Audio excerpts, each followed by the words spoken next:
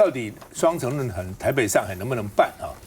那现在说可以办，但是呢，陆委会呢干掉10个人黑名单，其中1个是上海台办主任，9个是随团的记者啊。来，洪庭，你们台北市议员怎么看？我觉得是这样，就当初大家在想说要办双城论坛的观念，其实大家市长也讲得很清楚，就是说交流比交恶好。那双方的交流是为了增加互信，或者是增加所谓的这些互相了解，而不是为了交流而增加更多的误会。可是现在这样的一个局势，我会觉得就是说，我觉得陆委会的那个给我的理由，我个人是觉得牵强。也就是说，如果今天你真的是因为你要针对所谓的惩毒22条，我们做反应，对不起，我认为你找台办主任，这成绩太低了吧？对不对？你要你就砍最大的嘛，你要你就针对最大的，就相对应的，就是说惩毒22条，然后让我们的这所谓的这些官员们有状况的时候，那你要找一个相对应对等的去做一个回应。可是你今天找一个所谓的中阶干部，所谓的台办主任，特别是今年的这个年中的时候，6月的时候，同样位阶的钟小敏，他也曾经担任过很多地方的统战部主任，那他也来了，那他那个时候能来，你现在说他不能来，然后你硬去扣他说因为惩毒22条，那请问我们年终的时候我们就不反对惩毒22条吗？所以我觉得陆委会这个感觉给我，让我个人认为就是说，你其实是在玩一个所谓的手段，也就是说，我知道双城非办不可，可是我还是要给你穿个小鞋。那我特别找一个中阶干部，让你不上不下的，然后来看看你的反应是什么。那我倒觉得就是说，那如果我们的心态是这样，那我倒觉得说双城论坛就不要办了。如果我们的心态是要做这样的一些，就是说让互信基础变得更低，或让误会增加更多的这样的一个状况的时候，那我宁可你不要做这件事情。特别是我倒觉得就是说，在这里面，我觉得更让我觉得匪夷所思的是，我们是一个民主华人的民主国家，民主政体。我们最引以自豪就是民主，结果你这次封杀他们的第4权，你让他的媒体不能来，我觉得这更莫名其妙啊！你居然让他的第4权不能来，你居然去封杀他们的言论自由，那请问，那现在以后人家要怎么讲？说，哎，你看，其实台湾哦，搞不好比我跟你讲，大陆的一些民主党派人士，搞不好还讲说，你看台湾现在那个民进党比共产党还共产党，对不对？就我们自己为了做这些事情，我们自己做了这么多层次的这些部分，我们到底是为了什么？陆委会这一次去找这些人的麻烦，你的目的到底是什么？如果今天你拿出来说这些人有所谓的什么情资背景不行，好，那合理。如果今天你就说好这个等级的人以后不行，那也合理。可是这跟之前都不一样啊，所以你就会让大家觉得说莫名其妙，无事惹尘埃，多了这么多的这些所谓的这个误会，那就会造成大家很多的想象空间。所以我的认为是这样，我认为就是说，如果今天我们希望办双城论坛的初衷是为了说让所谓的这个交流超过所谓的这个交流的这样的一个状况的时候，那你陆委会其实也不需要去玩这些小手段。如果真的以后还要玩这些小手段，我也建议就是说，那我们以后干脆不要，因为你办了反而比没办更差啊。那就不干不脆嘛，这个根本不想办，不想给你办，但是呢又不敢不办，又不愿意背这个罪名就办，但是呢然后就穿个小鞋，对，让你难过，就是这样子嘛。那你既然要办，我常常讲要不要办，要办就大家高高兴兴、大大方方开大门走大路，要办还搞那种小小的动作，等等，很无聊的。来，王慧。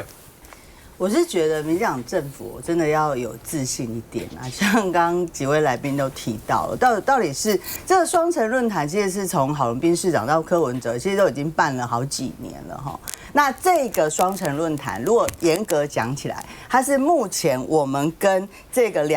我们两岸唯一仅存的一个算是官方的一个对话的一个平台哦。但是呢，像刚刚大家几位谈到，就是说在这中间穿点小鞋，然后呢，这个不能来，那个不能来啊。立起公要民主嘛，刚刚洪庭提到，如果我们现在连媒体都不开放给他来，我真的不知道为什么要这样做了。我真的还是觉得，像刚刚赵大哥有提到，就是比例的问题。就是跟美国跟中国的一个关系，一直以来都是严重失衡。那没关系，但是我们民间或者是像现在这种地方政府在做的这种两岸交流里面，我真的觉得其实还是要多一点。上次这个前总统马英九邀这个对岸的这些学生来嘛，那中间也发生了很多擦枪走火的一个事情哦。那就是让大家彼此觉得说你都没有一个交流的一个诚意啦。哈，那刚刚前面有提到赖清德这次出国，真的是没什么新闻嘛。刚刚戴楼特别讲了，如果他们那个新闻可能比较大的是他那个挺尹锡悦的那个党团文，还多过那个在国际间就是他的这个出访的这个行程。所以我觉得民进党政府他应该还是要让，就是真的啦，像蒋万安讲的，就是开大门走大路，我们就好好的让这个交流发生嘛。老陈，我觉得在民进党政府高喊抗中保台的这大旗之下，作为陆委会处理类似的两岸敏感的问题都有一点进退维谷、进退两难何况主委的老婆还当立法委员呢，而且对这两岸关系很喜欢发表言论的。是在我这里做一个善意的表示你可以反映给你的上级陈峰。我觉得如果有立委，民进党有立委尤其是不分区的，在国会里头对两岸非常有强烈的立场的话，最好他的家属，尤其老公，不要当陆委会，这很为难嘛。你到底是你们两个夫妻晚上讨论完的结论呢，还是你丈夫的意思老婆丢在国会受罪呢？你看怎么都不对，怎么不对？两个人议场要一致吗？还是不一样？那我觉得我也不太能够接受陆委会的讲的说惩读22条，那是临时找出来的借口。为什么？因为如果是那一条的话，那当对方发表那一条的时候你就应该宣布说，如果这一条有效的话，那以后类似什么什么什么，尤其像台北论坛的这种不能再开。先讲清楚，他就不会花那么多的精神。而且你看，他是名单都已经公布了才去决定说，这条也没赛，换掉22条，这条嘛没赛。为什么花那么长的时间？就是你很为难，因为让他来绿的、深绿的或者浅绿的这边都会说，飞机的事呢，准来呢，你开这是第一点。第二点，你国台办很公然的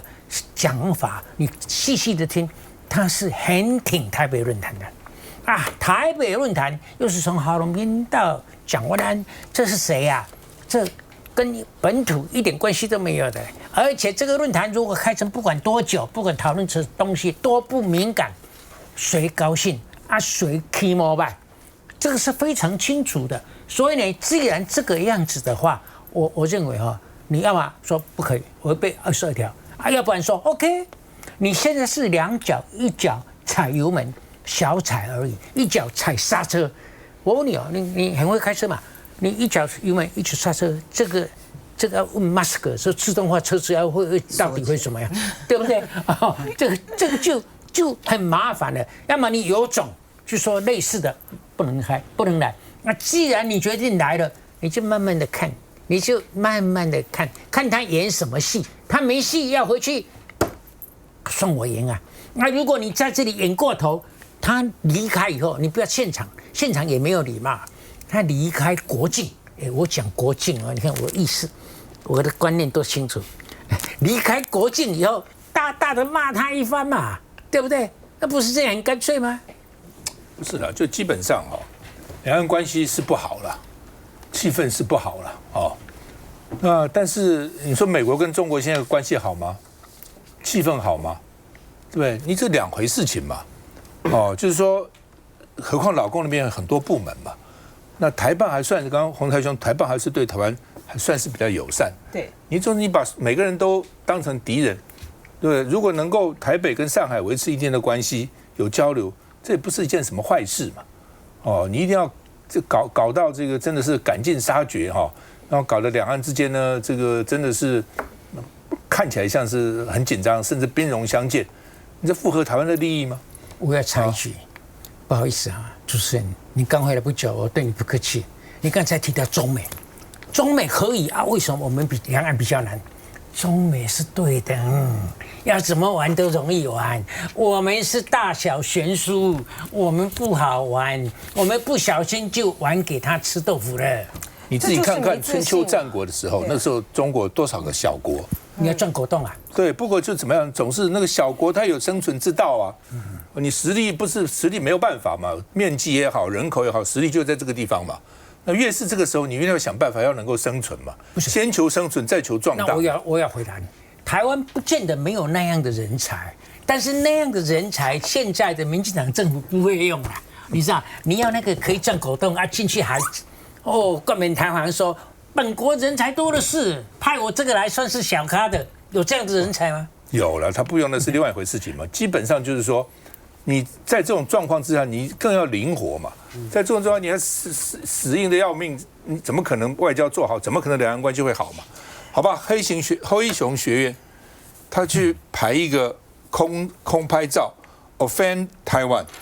抗中保台啦，保卫台湾 ，defend Taiwan 啊，就是说保卫台湾。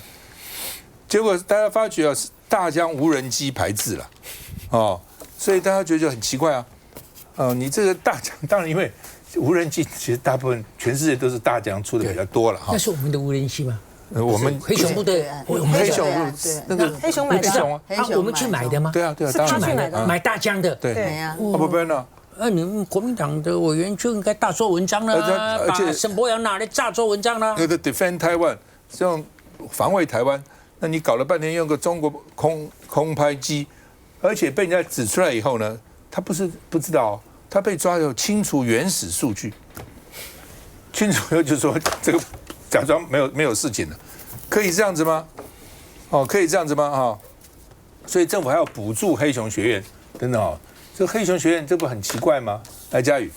当然，我觉得这个刚刚讲的空拍机，其实台湾现在也有很多无人机呀、空拍机自己台制的，只是在市场上确实还是以陆制的为居多。那如果要去排字，很容易买到就是陆制的产品，这个也是无可奈何的事情。只是过去我们常说就是担心包括现在大家也在说，对于中国的电动车，尤其是这种过去我们对于华为等等这些高科技的产品，它背后可能隐藏着这些数据啊，可能会做监控啊，把这些资料传输回中国这样子的疑虑的时候，这样子的一个无人机或者是空拍机更有可能会有这样子的疑虑。所以我觉得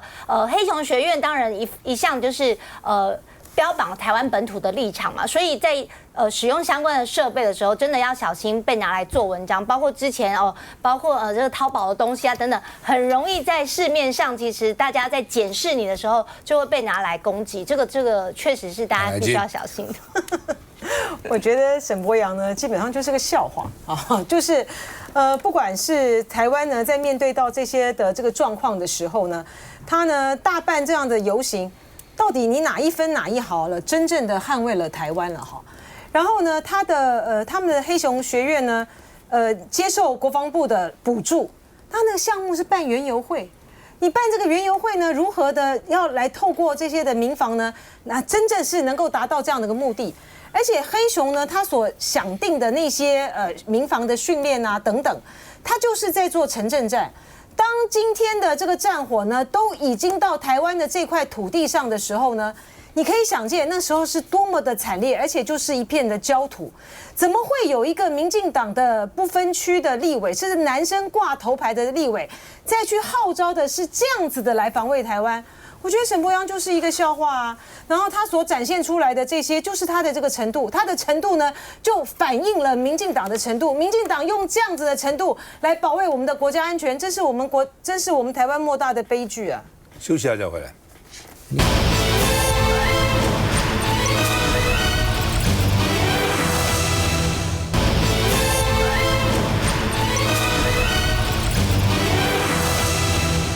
好吧，因为民进党明年打算发动大罢免潮，虽然谢国良案他们失败了，他们还是这个不死心，所以呢，他就怕国民党去修那个选罢法，那现在第一阶段他们的选罢法也并没有提高那个门槛，只是说联署要拿身份证了，跟总统、副总统的那个联署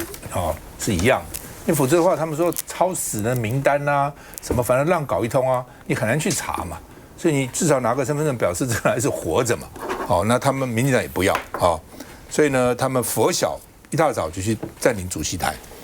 韩国瑜呢一看，哇，主席台被占领，赶快协商然后呢为这个事呢延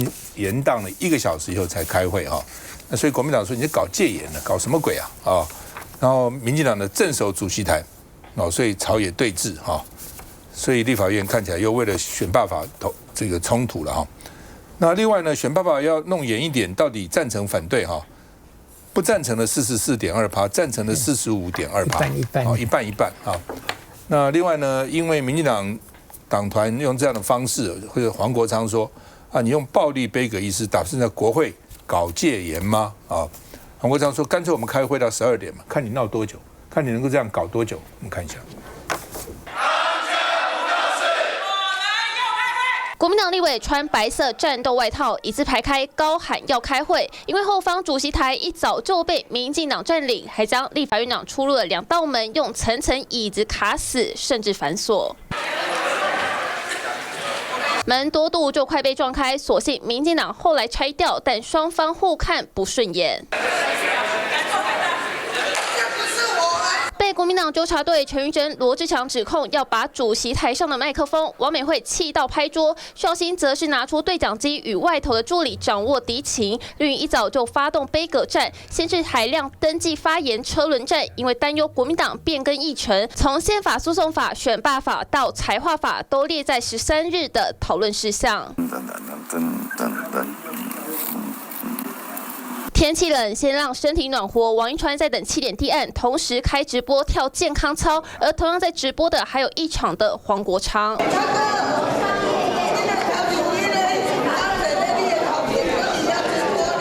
根据台湾民意基金会最新民调，有45.2%的民众赞成提高罢免门槛，不过也有44.2%的民众反对，等于社会共识趋近于零。院长发挥调和顶鼐的智慧跟高度，稍后我们朝野的对话，那大家可以持续来关注。黑色星期五立院不上演全武行，朝野按照议事规则，或许又怕又有更多伤兵。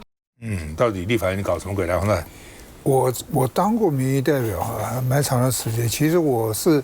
从头到尾不支持随便的罢免，尤其是我们看县市长，然后当然总统罢免是相对比较难的哈，立法院要超过2/3以上等等。那你看辛辛苦苦的选上，罢免就是随便到处去点火。其实民意代表是主要是要监督政府。尤其是在野党去监督执政党啊，因为台湾的法令呢，你看我们台湾的政治体制，总统当选以后是 take off， 是全部拿了哈，这种权力过分于庞大。那这个时候，其实我觉得，包括执政党的委员都要为人民来发声，然后地方上就随便，如果政党的就去搞这种随便的罢免哈，我是觉得要小心啊。至于你看，我们在讲到这，如果只要修改，你说你要罢免的人要联署拿身份证影本，合不合理？我们这样讲，这次郭台铭先生，他的人有的像周点论被收押，他们里面其中有就发现很多是抄名单的嘛，对不对啊？所以这个里面，我是觉得，如果说你要罢免，我就表态，我就是举例。尹乃菁，我就是要罢免你，我费鸿泰就拿出身份证的影本，表示对这件事情的负责。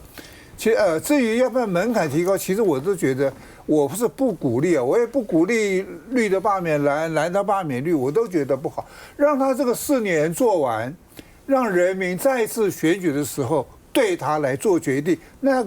个我是觉得相对比较有责任感。我觉得那个民调的问法哦，他是说要把所谓的选罢法的门槛提高。可是以目前现在的状况，我知道的是立法院并没有在讨论门槛提高的部分的。现在讨论的就是说联署的验证，就是刚刚费委员所提到的这个部分。那我觉得联署的验证这件事情，某种程度上你愿意去联署要罢免一个人，某种程度这就叫做记名投票啊。那记名投票，你说要验证，然后民进党说不要，我也觉得很奇怪。就我们一边在讲说台湾诈骗很严重，然后现在要确认说这个联署到底是不是假的，然后你说不可以确认这个联署是不是假的。我觉得这个让我个人觉得匪夷所思。所以你说这个罢免法修严的这个问法，如果今天讲的是门槛，我觉得门槛现在看起来是45:44。可是如果我们今天讲的是说我需不需要去验证所谓的联署的真伪，或者是我们的联署的这些模式是不是要更严谨一点，甚至我自己过去就提案说，不管是说到所谓的区公所直接去做登记，或甚至用所谓自然人凭证，我们直接在网络上直接投，因为坦白讲，联署就是记名投票了。坦白讲，我就是记名了，我记名联署，我就是记名了。所以在这件事情上面，其实有很多的程序可以去做。那我倒觉得，如果是这样子问的话，我相信民意会有不一样的这样的一个部分。否则我们现在每天在讲说这个诈骗集团冒用人家的身份很可恶，然后骗人家很讨厌。结果今天我们在讨论说，这整个国家的罢免的联署需不需要更严格的去验证？大家说不用。那这不是一个逻辑上的错误吗？所以我倒觉得说，这里面民进党也要讲清楚，就是你到底赞不赞成去 verify， 就是去确认民众的身份这件事情嘛。这个本来就是应该要做的啊，保护个资都很简单啊。我觉得刚刚大家看画面，你会有种错置感，到底谁是执政党还是谁是在野党这样子啊？那这个选办法这件事情，应该是因为上一次的院会，大家还记得那一次国民党突袭。就为了要让这个选罢法这件事情，因为刚刚大家有讨论到，这个国民党这次提的选罢法的修正是有2个部分，一个就是身份证加严去做审查的部分，联署的时候，就是联署的时候，为了避免刚刚大家讲说抄名单这些事情，另外一个就是提高门槛嘛。那上一次的这个院会冲的部分，其实就是在野，就是包含民众党跟国民党有共识的，就是有关在这个所谓的加严，在身份证的这个相关的影印的这个提供的一个部分哦。那我觉得应该这样讲，我自己看是这样，现在离这个休会应该还有1个月的时间。现在的这个114年的这个预算已经审查到一个差不多的一个段落，要继续到最后的一个协商哈。所以我觉得这个攻防的部分，随时民进党它都会变成在野党，就是来防止就是在野做相关的一个提案，不管是选罢法或财划法。刚刚洪庭有特别提到，其实这2个法他们只有攻防并没有态度。我觉得这才是比较大的一个问题，就是执政党他对这件事情，过去在他自己是在野的时候是一种态度，现在又是另外一种态度，他没有自己的版本了。对，他就是换了这个职位，就换了立场，换了脑袋。来，老陈，我觉得首先这个民调不需要去解释，因为我觉得回答的人。有些人大概就技术面也搞不懂，他懂，那有些人根本就不懂，更多的人是不懂他背后到底有什么阴谋哈，所以过度解释是不必要。但是呢，我原先是解读说几天前其实蓝白跟民进党都已经意兴阑珊了，就是说民进党也不见得说非要来一个大规模的罢免不可。那蓝白这边呢也觉得说，既然谢国良赢了，这个就威胁。这是个力道就没那么强，所以大家就说该表演就表演，那但是呢没有说真心要他过或者是不过。但是昨天还是今天看到这个绿营动员而且一早就去站那个发言台，而且非要他不过不可这看起来还有加上朱主席下军令说不怕战斗到底。那我觉得这个大规模的罢免在明年的上半年好像是真的，但是我觉得没关系。我觉得民进党不一定会赢民进党已经玩到大法官也玩完了，现在当然是玩大罢免大罢免不行的话，就去请尹锡悦来做顾问来玩大戒严。他现在我觉得民进党也疯了，李彦秀他要去罢免。王宏威他要去罢免，对每个都要去罢免，不很奇怪吗？嘉颖到底要干嘛？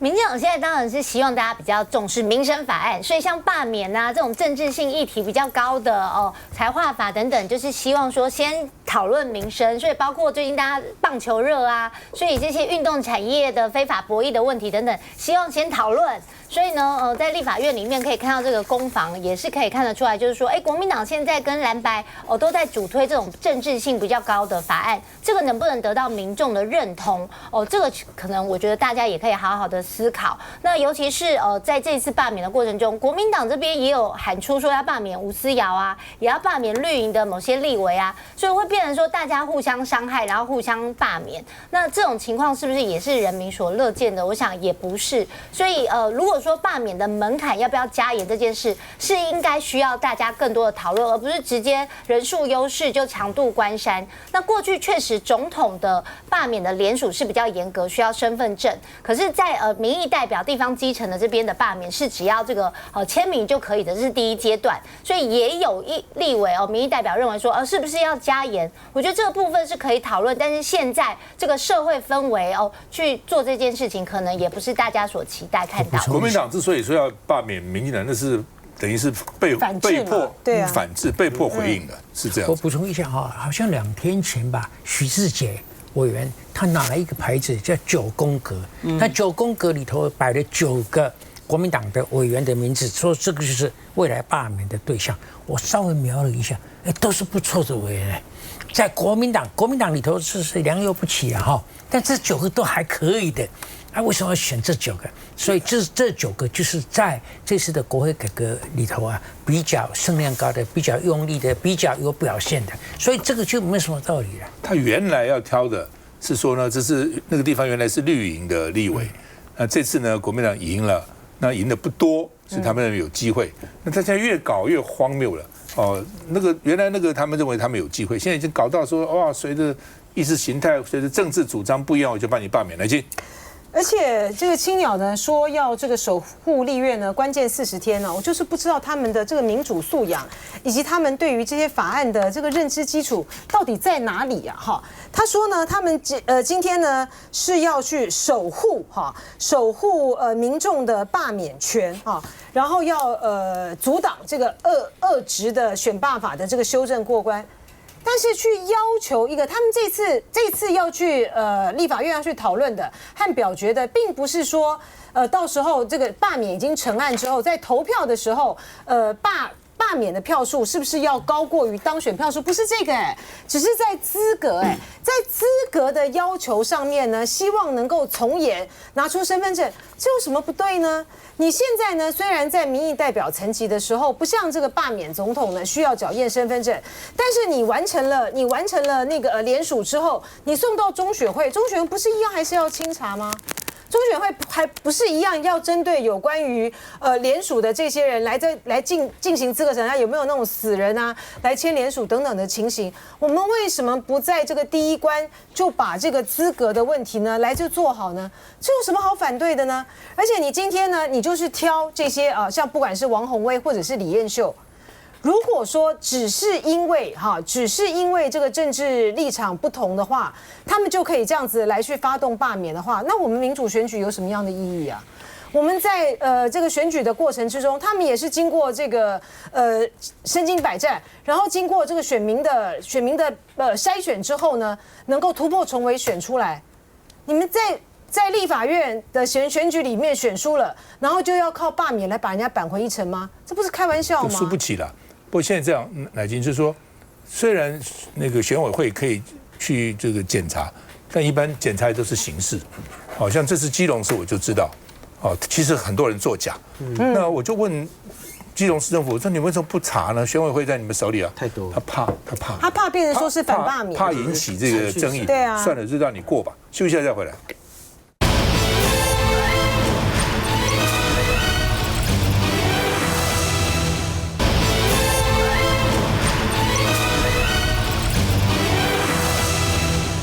好吧，7个大法官被提名人那到底他们会通过几个？蓝白说有的是说通过1个，有的说都不通过。那这是他们废死的态度被立委一直在质询了那现在这7个，姚立明是反对废死的，王碧芳反对废死的，其他另外的刘静怡、廖福特、何赖杰、陈运才是赞成支持废死的。那这个院长提名人张文正不表态，说呢这个题目我不适合表态，当然没有什么道理不适合了，但是不想讲就是了换句话说，我看他也是支持废死的，只是在这边不愿意去讲那另外呢，关于前阵子不是什么烧死8个人结果都被重放嘛判无期了，没有判死刑嘛。那廖福特说我不知道细节，刘静怡是说死刑合宪，他觉得很遗憾死刑为什么是合宪呢？死刑本来就意思就不合宪但是虽然死刑大法官认为是合宪，但他加了一堆条款其实很多人就觉得实质其实是废死了刘静怡说呢，他是大炮性格，骂过王义川，也骂过陈时中哦，所以呢，他其实并没有意思，就是说并不是那么蓝啊、绿啊，并没有哦。那另外呢，这个廖福特被曝说呢，他这个搞了一个停车场，哦，洗车场、停车场都是违建，而且民众有多次陈情都被挡，而且呢，这个民间呛他说后台很硬啊。那到底怎么回事？我们看一下。台大这个认定是正确还是不正确？我觉得，或者是一个偏颇的认定，你也可以这样认为是一个呢不尽正确的偏颇认定。当时刘静怡炮火四射，批评管中闵抨击台大教育部，他也没放过。所以你仍然觉得这是一个搞笑剧？台大的校长就是教育部，就是在演了一个搞笑剧。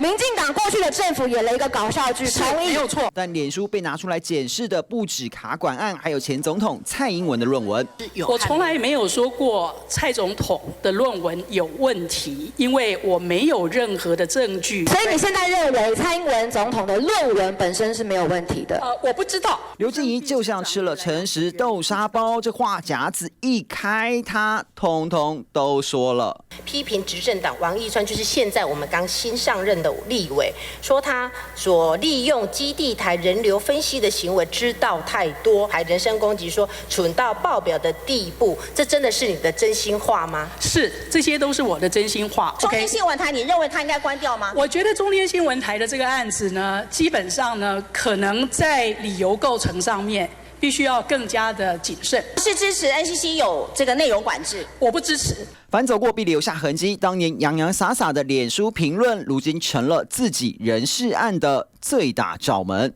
会。我觉得我看刘静怡这个大炮的性格，至少他是直白的说出来。因为我那天其实有看黄国昌质询这个院长的这个提名人呐、老实说，我觉得他从头到尾虽然态度良善，但是都躲躲闪闪，就是他完全没有直接回答任何的一个问题哦。那在这一次的这个大法官的提名里面，当然副院长提了一个徐立明嘛哦，那我是姚立明哈，我是特别想要讲一下姚立明的部分。其实我们这一次民众党团对于所有的这个大法官的提名人，其实很早就给了一份问卷，要他们来做回答。那他们大概是在审查的前一天晚上才交上来这样子哈。那回答的最潦草的就是这一位副院长提名人姚立明哦。那怎么说呢？他针对一些问题，他大概一页就回答完了哈。他对于所谓的这个长照啦，或是性别的认同的议题啊，几乎他都没有太多正面的一个回应哦。所以我觉得到目前为止啦，我看国民党好像已经有做相关的一个表态。那民众党团对于这个大法官的一个提名，我想我们这个礼拜的这个党团，下个礼拜的党团会议会做充分的讨论之后，再来做决定怎么样来做相关的一个投票。我替他回答你了。姚立明其实蛮老实的，他说他是宪法专家，所以他精通的是宪法。你刚才讲的，他聊聊吵吵，因为他那些没有琢磨啊，所以还有第二点，他也很坦白，他说我对任何政党没有特别的忠诚度。是啊，你一个党换一个党，当然是没有忠诚度啊。你有忠诚度，你不换那么多党啊，对不对？所以，但是这个没有关系啦。我跟你讲，我是可以理解，通通不过。但是有一位女的什么芳啊，黄碧芳，我觉得她不妨给她过，表示说你们还是有理性的。为什么？因为她是7个候选人里头唯一有实务经验的，唯一当过法官的。虽然她现在当法官的地方是最高行政法院的，最高行政法院也很重要啊，是很重要，但是跟美国大法官的背景什么最高巡回法院，然后那个这差很大。不过也是他赞成死刑的，所以这2个加起来，我觉得让他过不为过了哈。但是我有一个感想，就说这些人为什么要废死？当然是起悲悯之心啊，就是说不能以杀止杀，对不对？这些人也许可以教化啊，你杀他不能阻止另外其他的杀人案的发生。这个理论上通，但是其实也不通。为什么？因为我觉得大家都已经来不及了，要不然你们委员蓝白委员问他们你对战争的态度呢？比如说这个拜登要把我们报废的飞弹送去给乌克兰，那就是延长打仗咯。那这个一个延长打仗要死多少人？这个死多少人跟一个死刑犯的命相比手大手小。你记得孟子有一章啊，叫做什么？叫做君子远庖厨也。他看到牛要送去屠宰场啊，你觉得不忍啊？你看到羊啊，就觉得无所谓啊。所以有人说啊，那些可怜大的啊，不可怜小的啊。有人那孟子就讲不是，因为你距离厨房近，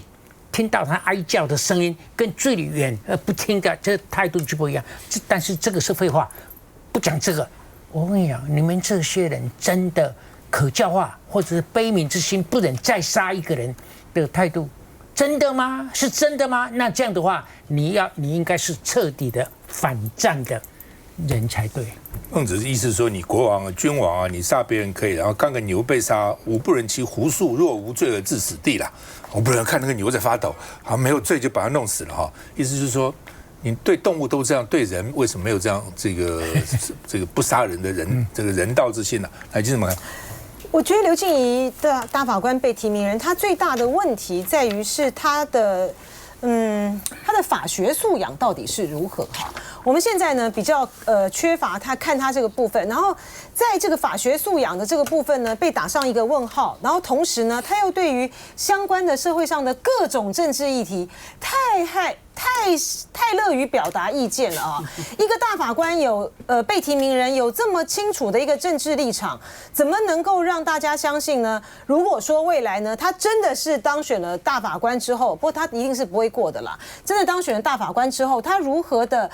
从法的这个公平性，其实法的这个正义性呢，来去思考法的这个平衡性？我觉得他本身就已经被画了一个很大的一个问号了啊！我也同意，这个沈大佬刚才提到的，就是王碧芳大法官被提名人，我认为蓝营呢可以在内部呢经过讨论哈，因为呢他现在的这个职务呢虽然是最高行政法院的这个法官嘛哈，可是他过去呢相关的这个实务的这个经历上面来讲呢是非常丰富的哈，而且呢他在回答问题的时候，他不但是说他主张死刑，他为什么主张死刑，他都讲得非常的清清楚楚，而且他在回答其他问题的时候，我发现他的这个逻辑跟那个思考呢是还蛮周全的。那这其他的这些大法官政治性都太强了啦哈。然后呢，最离谱的呢就是这个廖福特教授，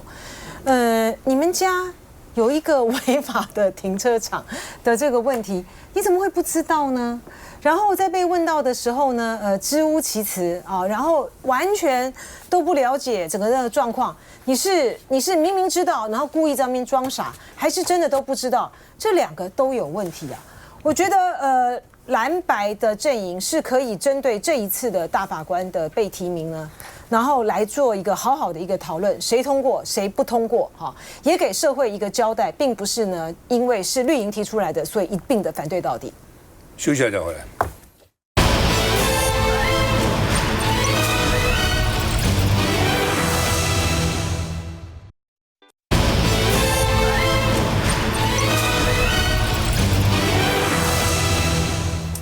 好，这个谢依荣这个案子还在延烧了哈。他们说有诡异的现象，哦，那个吴姓的那个这个公务员不是自杀吗？那记者在问哈，谁包庇谢依荣？说这个麦克风居然爆音好几分钟，哇，有这个灵异现象，哦，然后说他这个台北分署哈有飘烧金子的味道，他并没有烧金子，怎么会有这味道出来呢？哦，所以有人就说啊，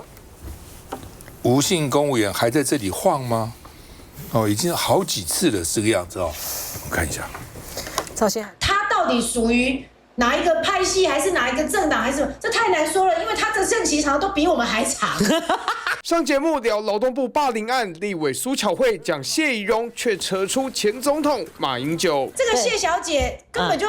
可能从马总统的时代，也在公务机关里面，也在在谁的时候他都在，他根本比我们还要久，那为什么他会养成这样，都没有人去动他？对啊，我也想知道啊。蓝营质疑这说法要确，因为谢宜容公务员资历是从民国84年陈水扁当北市长发迹，当时是社会局长陈菊底下社工，陈菊当劳委会主委，他则当新闻联络人。劳动部长换许明春，他换当部长秘书。主持人是在问我，霸凌事件是不是民进党内的派系斗争？所以我的回答是，其实很多的公务员在公务机关担任的时间都非常非常的久，甚至比我们这些公职还要久，可能从马政府的时代就开始了。坚持要扯到马英九，毕竟谢宜容惹的麻烦不止霸凌案，1000亿的救安基金也被发现疑似滥用，失能家庭每个月缴的2000元被拿来装潢办公室、开演唱会，让雇主们超不满。就我们要求，要么就跟我们停止征收，要不然就是象征性的1块钱，你就不用改补法，可是你可以马上推行。劳动部对此回应，会研议降低雇主负担，但方案还在讨论。霸凌案风波，洪胜汉极力抢救社会信任，眼前能挽救多少算多少。嘉宇，我觉得这个霸凌案，当然大家可以去看到，就是整个系统性在公务员的这个里面，可能是特别的严重，尤其是这种上对下这种考绩的审核等等。但是这一次其实有很多可能是借机把这些很多可能不一定是事实的事情拿出来讨论的，例如说卫福部的这个社保司的这个司长的事件，在这个事件里面呢，大家可能如果去听完整的录音带的话，这个司长他其实意思就是说，你这个下属的这个案件呢，你要先撤回，你要自己自杀，就是说把这个案子撤回的意思，并不是叫下属去轻生。可是外界媒体就报道说，这个司长是叫下属去轻生等等